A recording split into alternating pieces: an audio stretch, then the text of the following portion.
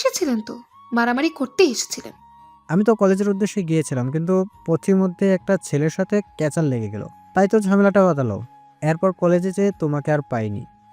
আমি তখন কলেজে থাকলে তো আমাকে পাবেন। আপনাকে মারামারি করতে দেখেই চলে এসেছি আমি। কেন শান্ত ভাই, আপনাকেই কেন এই মারামারি ঝামেলা এসবের মধ্যে থাকতে হবে? কেন বলুন?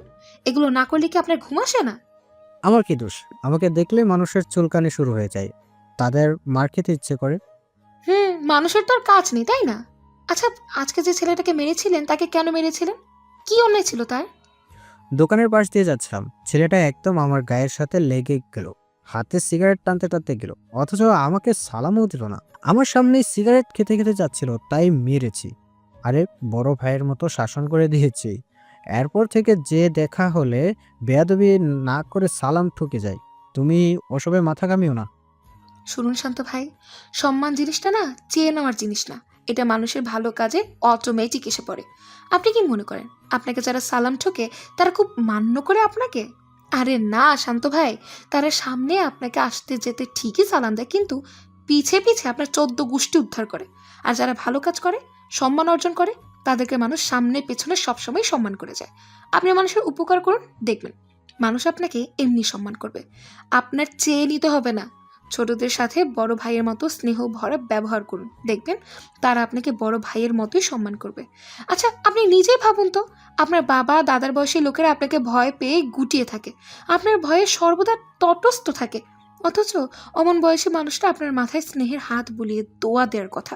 ভাবতে পারছেন শান্ত ভাই আপনি? শান্ত চুপ করে রইল।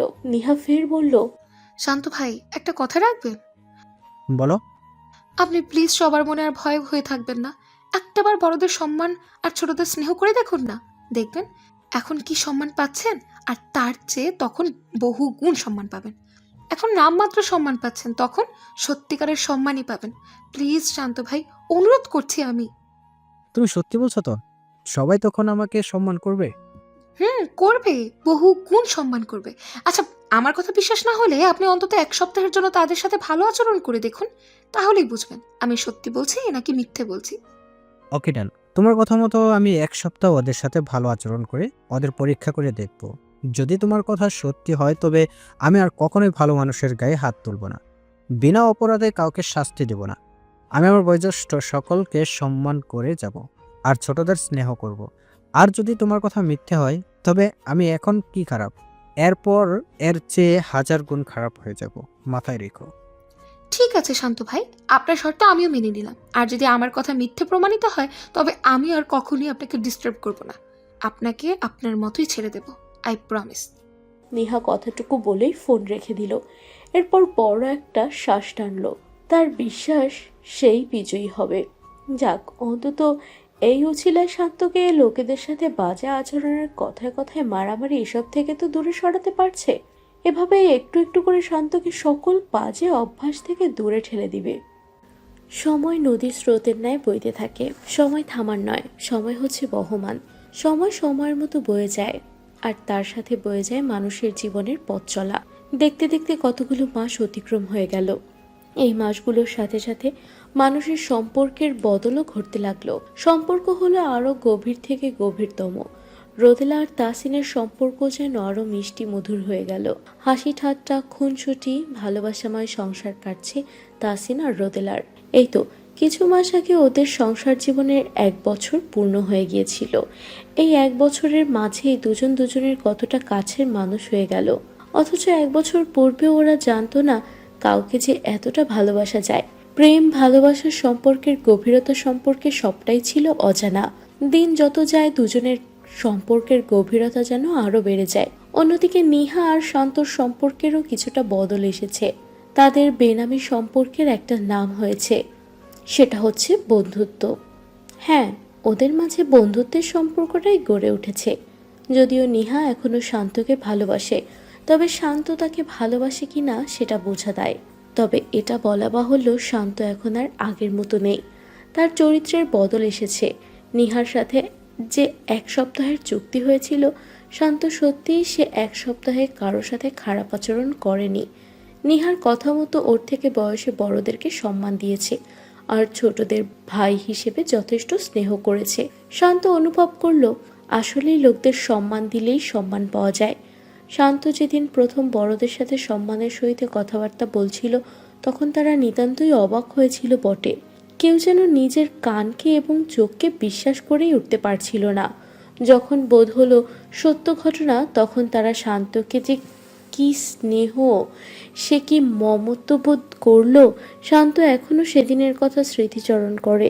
যেদিন শান্ত বুঝতে পারল অপরের সাথে যেমন আচরণ করবে তেমন আচরণই ফেরত পাবে, সেদিন থেকেই নিজেকে পরিবর্তন করা শুরু করলো। শান্ত বুঝলো ওসব মারামারি ঝগড়া ঝামেলা করে সম্মান কুড়ানোর থেকে লোকদের সম্মান আর ভালোবাসার বিনিময়ে সম্মান, ভালোবাসা, স্নেহ পাওয়াটা অনেক শান্তির। তাই শান্ত তার কথা রাখলো, সে আর বিপথে গেল না। এতদিনে যারা শান্তর ভয়ে গুটিয়ে থাকতো, তারাই এসে এখন শান্তর সাথে আড্ডায় মজে, অনেক সম্মান করে, স্নেহ করে, মন থেকে ভালোবাসা নিবেদন করে। সে থেকে শান্ত নিহাকে নিজের ভালো বন্ধু হিসেবে মেনে নিল। বন্ধুত্ব করতে এসেও গমগমে কণ্ঠে বলল, আমি কিন্তু ওসব প্রেমে টেমে নেইনি, হ্যাঁ। আমি শুধু তোমাকে বন্ধু হিসেবে গ্রহণ করে নিতে চাই, তাই ওসবে কিন্তু আমাকে জড়াতে হবে না। নিহা মনে মনে বলল, আমি হয়তো আপনার সামনে আর ভালোবাসা প্রকাশ করব না, তবে মনে মনে ঠিকই আপনাকেই ভালোবেসে যাব শান্ত ভাই। তবে মুখে বলল, ঠিক আছে শান্ত ভাই, যা বলবেন তাই হবে। বন্ধুত্ব হওয়ার সুযোগ দিয়েছেন, এটাই অনেক। শান্ত বলল, যেহেতু বন্ধু হয়ে গিয়েছে, সেহেতু ওসব ভাইটাই বলে আর ডাকবে না, নাম ধরেই ডাকবে, কারণ বন্ধুর নামের পাশে ভাই শব্দটা বেমানান লাগে। আচ্ছা। এভাবে ওদের বন্ধুত্বটা হয়ে গেল। বন্ধুত্ব এখনো প্রেমের সম্পর্কে রূপ নেয়নি। আদৌ প্রেমের সম্পর্কে রূপ নেবে কিনা সেটাই সন্দেহ, কারণ নিহা এখনো শান্তকে একতরফাই ভালোবাসে যাচ্ছে। তবে শান্তর দিক থেকে এখনো প্রেমজনিত কোনো সংকেত আসেনি। রোদেলার আর নিহা এখন ইন্টার সেকেন্ড ইয়ারে পড়ছে। সেকেন্ড ইয়ারে উঠে দুজনেই পড়াশোনায় আরও মনোযোগী হয়ে যায়, কারণ এইচএসসি পরীক্ষায় তাদের জন্য ভালো রেজাল্ট চাই। এই রেজাল্টে ভিত্তি করে তাদের আগামী দিনের পথ চলা। তাই দুজন প্রথম থেকেই ছুটতে যেন পরীক্ষার আগে টেনশনে মানসিক রোগী হতে না হয়। তখন দুপুর 1টা বাজছে। রোদেলা আর নিহা মাত্র ক্লাস শেষ করে বেরিয়েছে। যখন কলেজ গেট পেরিয়ে বাইরে বের হলো, তখনই রোদেলার মাথায় কেমন ঝিম মেরে উঠল। রোদেলা টাল সামলাতে না পেরে নিহার হাত চেপে ধরল। মিনিটের মাথায় রোদেলা চেতনা হারালো। হুট করে এমনটা ঘটায় নিহা ভরকে গেল। নিহা রোদেলাকে মাটিতে বসিয়ে গালে আলতো চাপড় দিতে লাগলো, চোখে মুখে পানি ছিটতে লাগলো। রোদেলার জ্ঞান ফিরল না। যেহেতু কলেজ ছুটি হয়ে গিয়েছে আর আজ ওরা লেট করে বেরিয়েছে, সেহেতু কলেজ অনেকটা ফাঁকা বললেই চলে। কেউ এগিয়েও আসছে না। নিহা একা কতটুকু পারবে? নিহার কপালে ঘাম জমতে লাগলো। সে চিন্তা করছে কি করা যায়, তার মাথা কাজ করছে না। নিহা যখন ভাবনায় ব্যস্ত, তখন তার শুভাকাঙ্ক্ষী হয়ে যেন শান্ত হয়ে সামনে ধরা দিল। নিহা শান্তকে দেখে ভরসা পেল। শান্ত এসে হাঁটু মুড়ে বসে অচেতন রোদেলার দিকে তাকিয়ে বলল, ভাবির কি হয়েছে? বুঝতে পারছি না, হুট করেই সেন্সলেস হয়ে গেলাম। দাঁড়াও, আমি উবার খবর দিচ্ছি, হসপিটালে নিয়ে যেতে হবে। শান্ত ছোটাছুটি করতে লাগলো। উবার এলে শান্ত আর নিহা মিলে রোদেলাকে গাড়িতে তুলল। হসপিটালে চেয়ে নিহা রোদেলার ফোন দিয়ে তাহসিনকে ফোন করে সবটা জানালো, আর হসপিটালের লোকেশনও বলে রাখলো। তাহসিন ওদেরকে জানালো তাহসিন কিছুক্ষণের মধ্যেই আসছে। তাহসিনের সাথে কথা বলা শেষ করে নিহা শান্তর দিকে তাকালো। শান্ত হসপিটালের করিডোরের চেয়ারে বসে আছে। নিহা শান্তর দিকে তাকিয়ে মুচকি হাসলো। আজ যদি এই মানুষ না আসতো, তবে নিহা কি করত? সে কি একা একা পারতো রোদেলাকে নিয়ে হসপিটাল অবধি পৌঁছাতে? এই পর্যন্ত মানুষটা শুধু তাদের বিপদে যেন ঢাল হয়েই ছুটে আসছে। নিহা বুঝতে পারলো মানুষটা বাহির থেকে যতই হম্বিতম্বি করে না কেন, মানুষটার মনটা খুবই ভালো। হঠাৎ করে রোদেলার এই খবর শুনে তাহসিনও বেশ চিন্তিত। কিছুক্ষণের জন্য আর্জেন্ট ছুটির অনুমতি নিয়ে সে হসপিটালে এসেছে। রোদেলার শরীর দুর্বল, তাই স্যালাইন দিয়ে রাখা হয়েছে। জ্ঞান ফিরেছে কিছু মিনিট আগে। তাহসিন এসে রোদেলার কেবিনে ঢুকতে যাবে, তার আগেই ডক্টরের তলব পড়ল। তাহসিন রোদেলার কেবিনে না যেয়ে সোজা ডক্টরের কেবিনে গেল। রোদেলার কেবিনে শান্ত আর নিহা আছে। তাহসিন ডক্টরের রুমের সামনে যেয়ে নক করলো। ডক্টর শিরিন ভেতরে আসার অনুমতি দেন। তাহসিনের পরনে ঝাঁকি রঙা ইউনিফর্ম, পায়ে বুট, সে সোজা ক্যাম্প থেকেই এসেছে। ইউনিফর্মের নেম প্লেটে মেজর তাহসিন মাহমুদ নামটি ডক্টর শিরিনের চোখ এড়ালো না। তাহসিনের পোশাকই তাহসিনের মর্যাদা বাড়িয়ে দিল। এসব হসপিটালের রোগী কিংবা তাদের বাড়ির লোকদের সাথে আহামরি ভালো ব্যবহার করা হয় না, যেহেতু প্রাইভেট হসপিটাল নয়। কিন্তু তাহসিনের পরনের পোশাক দেখে ডক্টর আর নার্স যেন একটু বেশি কদর করতে লাগলেন। তাহসিন রমে গেল। ডক্টর শিরিন খুবই অমায়িক ব্যবহার করেন। নরম কণ্ঠে বললেন, স্যার বলুন। তাহসিন চেয়ারে বসতে বসতে বলল, স্যার বলতে হবে না, আমি এখানে পেশেন্টের গার্ডিয়ান হিসেবে এসেছি, তাই ব্যস্ত হবেন না। আর পাঁচটা সাধারণ জনগণের মতোই ট্রিট করুন। থেমে, ডক্টর, আমার ওয়াইফের কি হয়েছে? বড় কোনো প্রবলেম? তাহসিনের চেহারা দেখেই বোঝা যাচ্ছে তাহসিন খুবই চিন্তিত। ডক্টর শিরিন তাহসিনের দিকে পানির গ্লাস এগিয়ে দিয়ে বললেন, ঘাবড়াবেন না মিস্টার তাহসিন, চিন্তার কিছু নেই, বরং গুড নিউজ আছে। Good news? হ্যাঁ, আপনার wife pregnant. Congratulation mister Tahsin. কথাটি শোনা মাত্র তাহসিন যেন কোনো রকম প্রতিক্রিয়া দেখাতে ভুলে গেল। সে ঠিক শুনছে তো? তাহসিন চুপ করে বসে রইল। ডক্টরের সামনে নিশ্চয়ই তার অনুভূতি প্রকাশ করা লজ্জাজনক ব্যাপার হবে। তার ব্যক্তিত্বের সাথে এটা একদম মানানসই নয়। ডক্টর শিরিন বললেন, দেখুন মিস্টার তাহসিন, মা হওয়ার সঠিক বয়স হচ্ছে মিনিমাম 20 বছর, কিন্তু সে তুলনায় আপনার ওয়াইফ অনেকটাই ছোট। তাই বলবো ওনার খুব খেয়াল রাখবেন, যত্ন নেবেন। আর হ্যাঁ, ওনার শরীর কিন্তু দুর্বল আছে, দুর্বলতা থেকেই সেন্সলেস হয়ে গিয়েছিল। ওনার খাবার দাবার নজর রাখবেন, খুব সাবধানে রাখবেন। আশা করি আপনি আপনার দায়িত্ব ঠিকঠাকভাবে পালন করবেন। ডক্টর আরও কিছু পরামর্শ দিলেন, এমনকি এই সময় কি কি ব্যায়াম করতে হবে, কি কি খাবার খেতে হবে, কোনটা অনুচিত হবে, সবটা একটা লিফলেট তাহসিনের হাতে ধরিয়ে দিল। তাহসিন ডক্টরের দেওয়া লিফলেটটা হাতে নিয়ে ডক্টরের কেবিন থেকে বেরিয়ে এলো। তাহসিন একদিকে যেমন খুশি হলো, অন্যদিকে তার চিন্তাও হচ্ছে ওর নিজের কি আর একটু সতর্ক থাকা উচিত ছিল না। পরক্ষণেই ভাবলো, ডক্টর তো বলেছেই রোদেলার পর্যাপ্ত খেয়াল রাখলেই সব ঠিক থাকবে। তাহসিন রাখবে, রোদেলার বেশ খেয়াল রাখবে।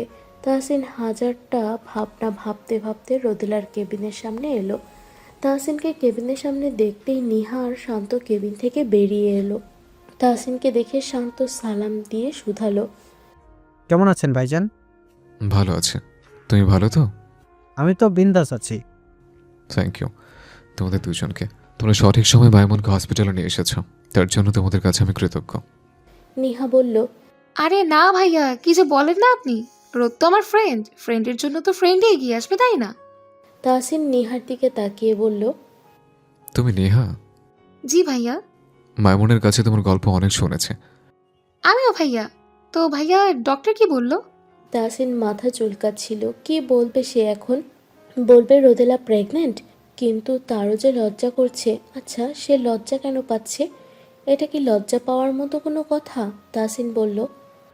সেটা মাইমন তোমাকে বলবে পরে। শান্ত বলল, ভাবিকে আজকে রিলিজ দিবে নাকি? হ্যাঁ, ডক্টর বলেছে বাসায় নিয়ে যেতে। তাহসিন পকেট থেকে কিছু টাকা বের করে শান্তর হাতে দিতে দিতে বলল।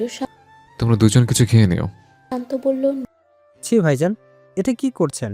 ভাবিকে হসপিটালে নিয়ে এসেছি বলে এই কাজটা করছেন? নিহা বলল। ভাইয়া, এটা কিন্তু মোটেও ঠিক হচ্ছে না।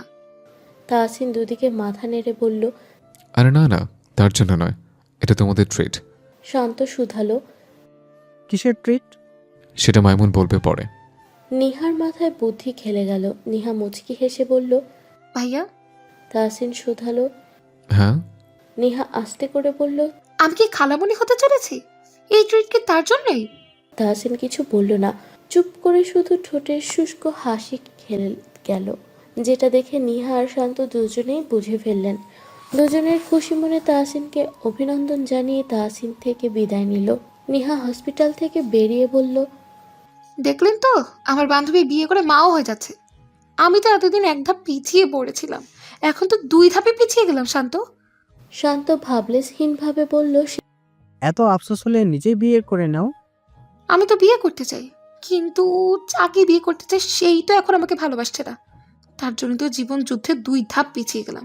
শেষ কথাটুকু নিহা বিড়বিড় করে বলল, তাই শান্ত শুনতে পায়নি। নিহা বলল, যাই হোক, আমার কথা বাদ। আপনি বিয়ে করছেন না কেন শান্ত ভাই? ও সরি, শান্ত। সময় হলেই করব, সে নিয়ে তোমাকে ভাবতে হবে না। নিহা হো হা করে হেসে ফেলল। শান্ত ভ্রু গুটিয়ে বলল,